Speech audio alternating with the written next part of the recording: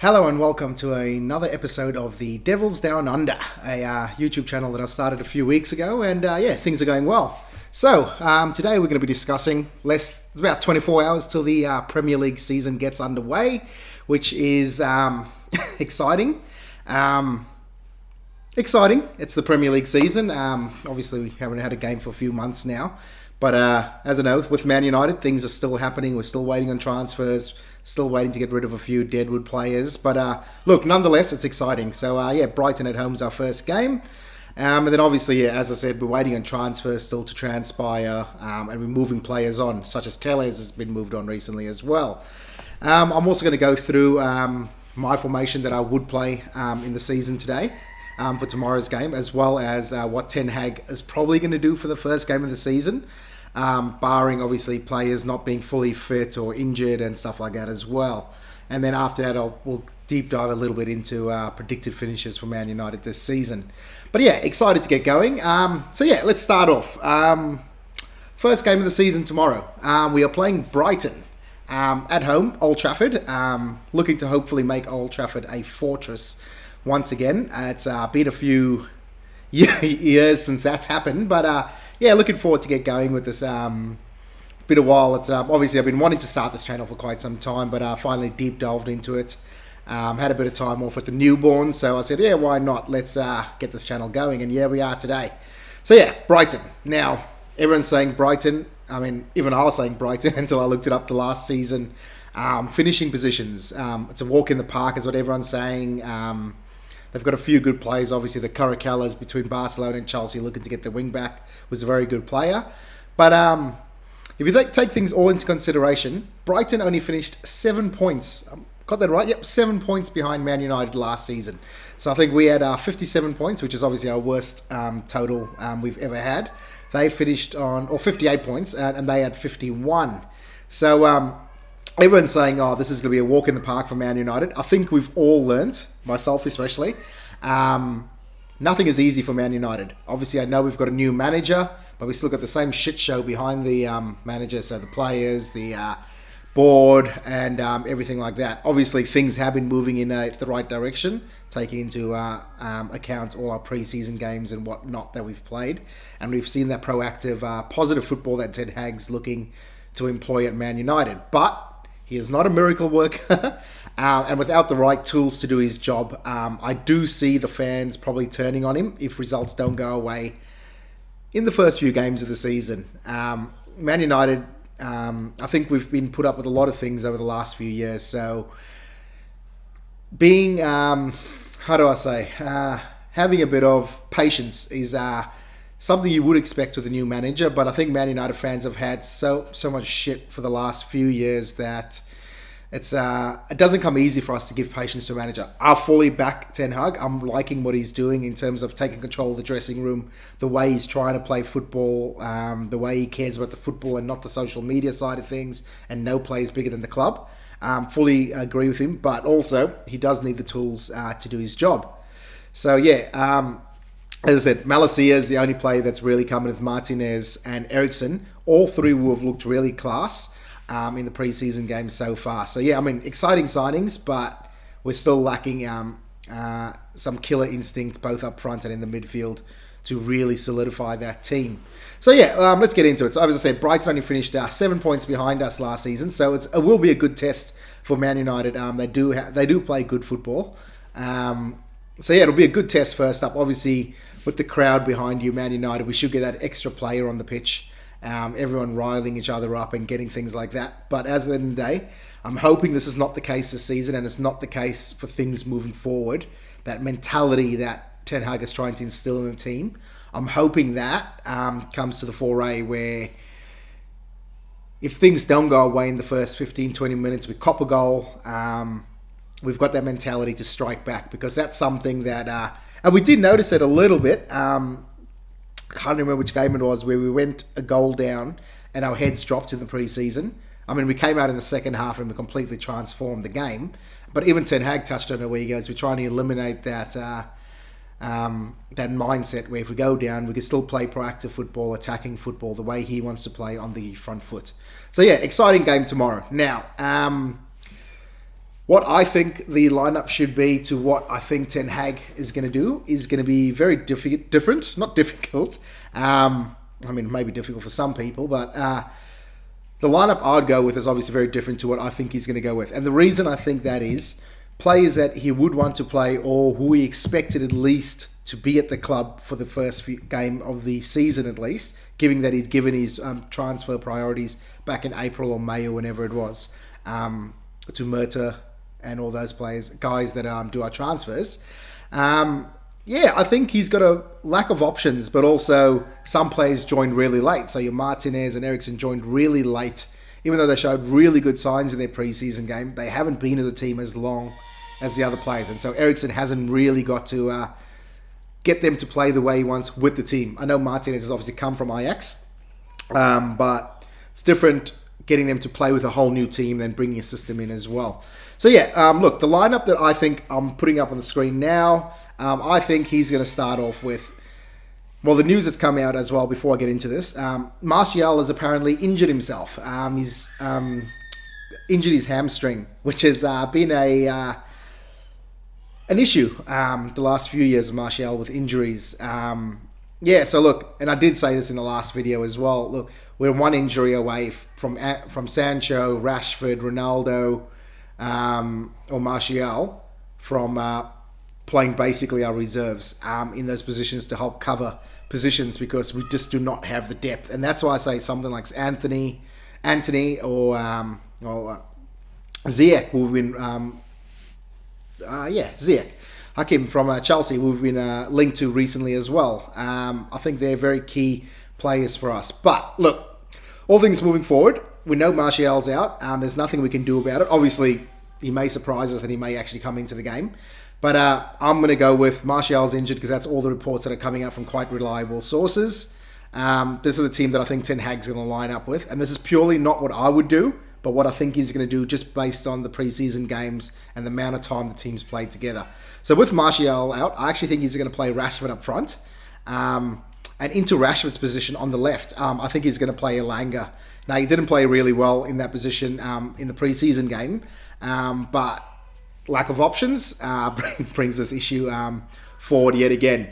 If Sancho is good to go, I haven't really heard much about him except he obviously missed the last 2 preseason games. I'm hoping he's because if we're missing Martial and Sancho, it's going to be really, really difficult for us. I'm hoping he can start on the right, and then obviously Bruno Fernandes starting behind them. I know Erickson had a really good game, and his passing and stuff was sublime, and someone I'd really like in that position. I just don't see Ten Hag putting him into the deep end, especially potentially playing 90 minutes straight off the bat as well. So in the midfield, I see McFred starting the game again. I didn't think we'd be here back in May. Probably before that, probably halfway through the last season as well.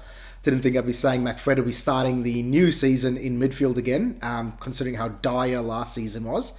But here we are, and we got the special of McFred, 2 for 1, playing in midfield again. Look, Fred's been really good, I actually think, on this preseason. He's really adapting well to Ten Hag ball. McTominay, a lot to be desired still. I think I got into an argument. It's not an argument. I got into a conversation with someone on Twitter the other day. He's not even a bench player for a top 6. And they said, look, they agreed. They don't even think he'd fit down the table as a starter. So McTominay, I don't know what he is. Tenacious, yes. Gives his all, yes. But we need quality at Man United as well as tenacious, which should be standard. And McTominay doesn't provide that for us currently. So, look, they're probably going to start the season. Not what I wanted, but I think what's going to happen. So, moving into defense. Look, Varane's had a few injury issues, so I don't actually know if he's going to be starting the game. If he's fit, I do think Ten Hag will probably start him. But if not, I do have Lindelof and Maguire again in defense. He played them quite a few times, even with the high line, even though we got exposed on the attack. Without Varane, I don't see him starting Martinez because he's only been here for about a week and a half with us. But yeah, on the right, it seems like Deleu's got that spot locked down at the moment. Wan-Bissaka can't get a look in. which is unfortunate because there's no one really pressuring Delo for positions. And then on the left, now, I think this is going to be our biggest fight in the initial part of the season. Luke Shaw or Malacia, who's looked really, really, really impressive on pre-season. And personally, I'd play him to start off with, which I'll get into in a bit. But Luke Shaw, I think, will start off the season in that left back. And if things don't look promising, I can see Ten Hag making that change very quickly. But I do think he'll start in that left back position. And then obviously De Gea in goal because we don't have a backup. And I don't see Heaton being our first choice starter. So yeah, look, that's a lineup that I think Ten Hag's going to go up. As obviously very, very similar to last season's lineup. The only... Well, no difference, except Sancho playing on the right for a change instead of Elanga, but obviously that may be turned around. Look, then I'm going to move on to what I believe my lineup for what I think should be happening. So look, a few changes here and there. Personally, I know Erickson and Martinez has only just come to the club and they haven't been training very long, but the way they fitted into and slotted into that team, they ooze their quality and confidence on the ball, which McTominay could never do, or I say like he's 22 years old, but he's mid-20s now. McTominay would never be able to ooze the confidence Erickson has on the ball, the composure Erickson has on the ball. And Maguire and Lindelof just, I know they call him the Iceman in Sweden for Lindelof, but I don't see them having that composure on the ball that that Martinez has, and the way that he showed that he was passing as well from the back and just composed in the back line. So look, I think we're going to start with Rashford up front. Obviously, Martial not available. Sancho on the right. I actually think Bruno Fernandes will keep that position in the 10, behind the starting position. On the left, look, I actually struggled with this one. Elanga hasn't really promised enough last season as well as on the pre-season to merit a chance to start in my books. Garnacho, although a bit rusty, he showed enough glimpses of tenaciousness, willing to get at players, and skill and timing on the ball that I would actually start him on that left wing position. So yeah, I mean that's my personal opinion of what I think I want to happen, not what will happen. But yeah, personally, I'd actually start Garnacho on that left position, left wing. Now in the midfield, I'd keep Fred because obviously he did look very well in pre-season games, albeit always for a half at a time. But look, hopefully he can, as the season goes on, he can get better and better and elongate those performances for a full 95 minutes. And next to him, I'd actually play Erickson. Fred seems tenacious enough to be able to cover for Erickson. And yeah, Erickson, look, his class on the ball is a second to none in that side at the moment. So yeah, I'd play him there just to help unlock the channels and unlock passes and just keep things ticking over in the midfield, which he's done so well in his games that we've seen him play for Man United so far. Although a very small sample size, better than what McTominay has provided over the last two and a half seasons, including pre-season this year. Now, obviously, Delo is going to keep his right back position. As I was saying earlier, I would actually play Malacia on the left back position, and that's just purely positioning, defensive, as well as getting forward. I think he's offering a lot more than Luke Shaw currently over the pre-season at least. So I think if Ten Hag is to get behind the players and show the fans that Man United and he's in control, I think he needs to make these decisions on his own and not getting told from higher up that this is who you've got to play. I think Malacia deserves on pre-season form to be the player that starts off. And then obviously in the back line, if fit, Varane. And next to him, I would have Martinez because, I mean, he was a class above other defenders in the game that he played. So, look, I know he hasn't been along, but he knows Ten Hag's system. He knows the ball that Ten Hag wants to play. And he looked like he adjusted to it very well in the one game that he played for us in the pre-season game, albeit a lot different opponents. But nevertheless, they are a top-side Premier Spanish League team, Rayo Vallecano. But yeah, look, I'd play him there, and he knows how to play the high line. And if Varane's not fit, I would actually start Maguire next to Martinez, and that's just purely for a height disparity. And obviously, he's our captain, so I do think it's going to be tough. Maguire's our captain. Ten Hag has insisted on keeping him as our captain this season. I wouldn't have done that personally. I think it needed someone's strong personality. I don't like giving it to goalkeepers, but De Gea does have that. Obviously, Ronaldo, with everything up in the air with him, I would have wanted to give it to Ronaldo until a few weeks ago where things obviously transpired and he wanted to leave the club. The other one is Bruno Fernandes, passion as well. So, look, I don't know.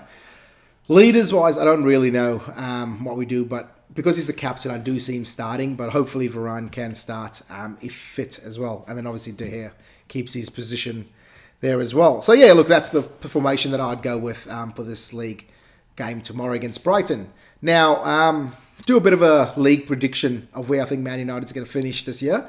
Spoiler alert, I don't see us finishing the top 4 again this year. Signings are coming really late. Manchester City, Liverpool, Chelsea looks to be splurging the cash. Tottenham have done really well. Arsenal have added quality to their team. We're trying to play catch-up.